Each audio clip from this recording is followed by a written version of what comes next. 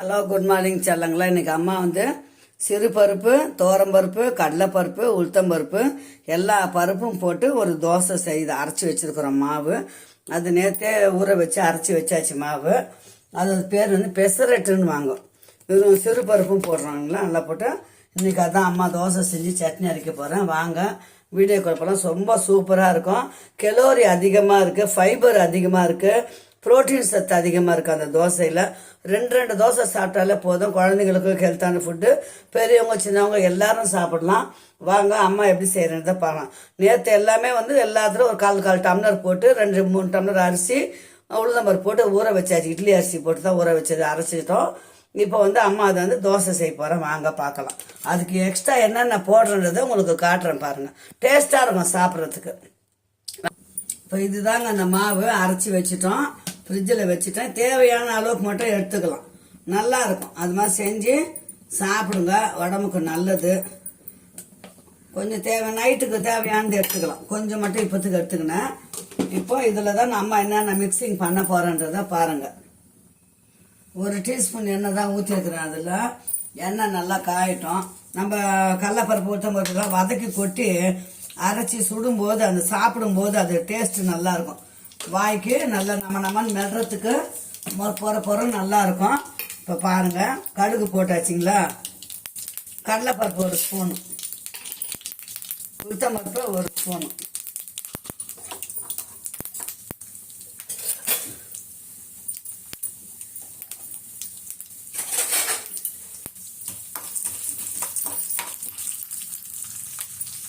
கருவேப்பிலை கொஞ்சம் போட்டுக்கலாம். ஃப்ரெஷ் கருவேப்பிலை போடுங்க. சீரகம் 1 ஸ்பூன், ஜீரகம் நம்ம எல்லாம் பருப்பு நிறைய போட்டிருக்கோம் இல்லைங்களா, அதனால ஜீரகம் 1 ஸ்பூன் போட்டாச்சு.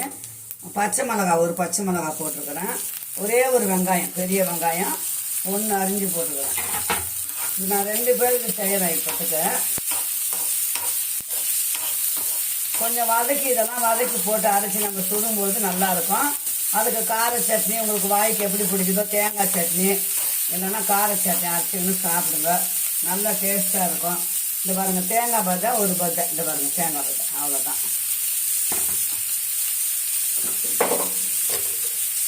ரொம்ப நாளாக செய்யலைங்க இந்த தோசை, ஆசை செய்யணுன்ட்டு.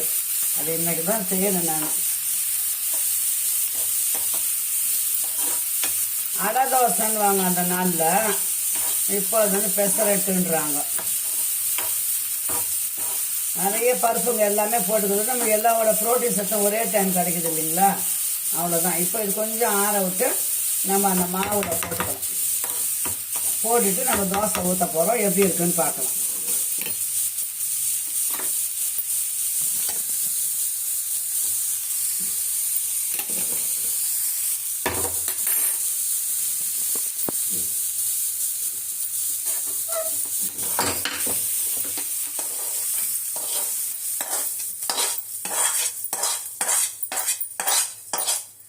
கொத்தமல்லி இருந்தால் போடுங்க. அம்மா கிட்ட கொத்தமல்லி இல்லை இப்போ.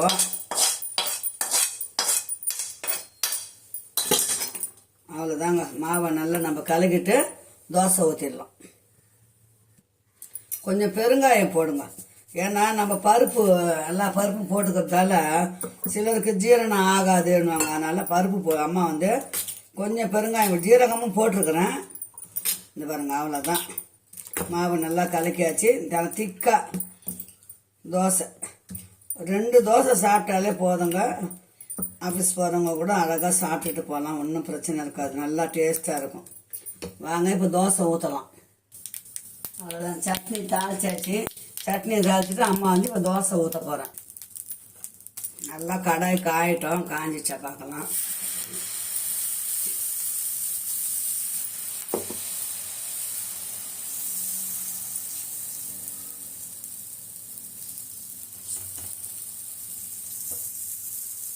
நல்லா வேகணும், அதனால் நம்ம மூடி போட்டு வேக வைக்கலாம்.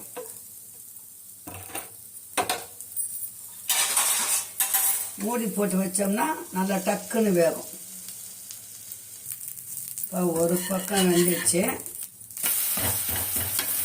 திருப்பி போட்டு திருப்பியும் மூடிடும். இன்னும் 2 நிமிஷம் வெந்தோம்னா சூப்பரான பெசரட்டு. இதுதான் பிள்ளைங்களா பெசரட்டு தோசை. பருப்பு எல்லா பருப்பும் சேர்ந்து அரைச்ச மாவு. எவ்வளோ பொருளுங்க அதை வதக்கி போட்டுக்கிறோம் பாருங்க. எல்லாமே புரோட்டீன் சத்து தான். வாங்க சூடாக சாப்பிடலாம். பாருங்க இன்னைக்கு அம்மா வீட்டில் ஸ்பெஷல் தோசை. வாங்க சாப்பிடலாம். மீண்டும் நல்ல வீடியோ சந்திக்கலாம். இப்படி செய்து சாப்பிட்டு பாருங்க. இந்த தோசையோடைய மெத்தட் கேளுங்க சொல்கிறேன். எல்லாமே கலோரி அதிகமாக இருக்குது இந்த தோசையில். ரொம்ப புரோட்டீன் சத்து அதிகமாக இருக்குது. ஓகே செல்லுங்களா, பாய்.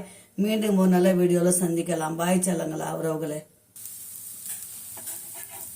சின்ன பிள்ளைங்கன்னா ஒன்று சாப்பிட்டா போதும், பெரியவங்க 2 சாப்பிட்டா போதும். நல்லா டேஸ்டாக இருக்கும்.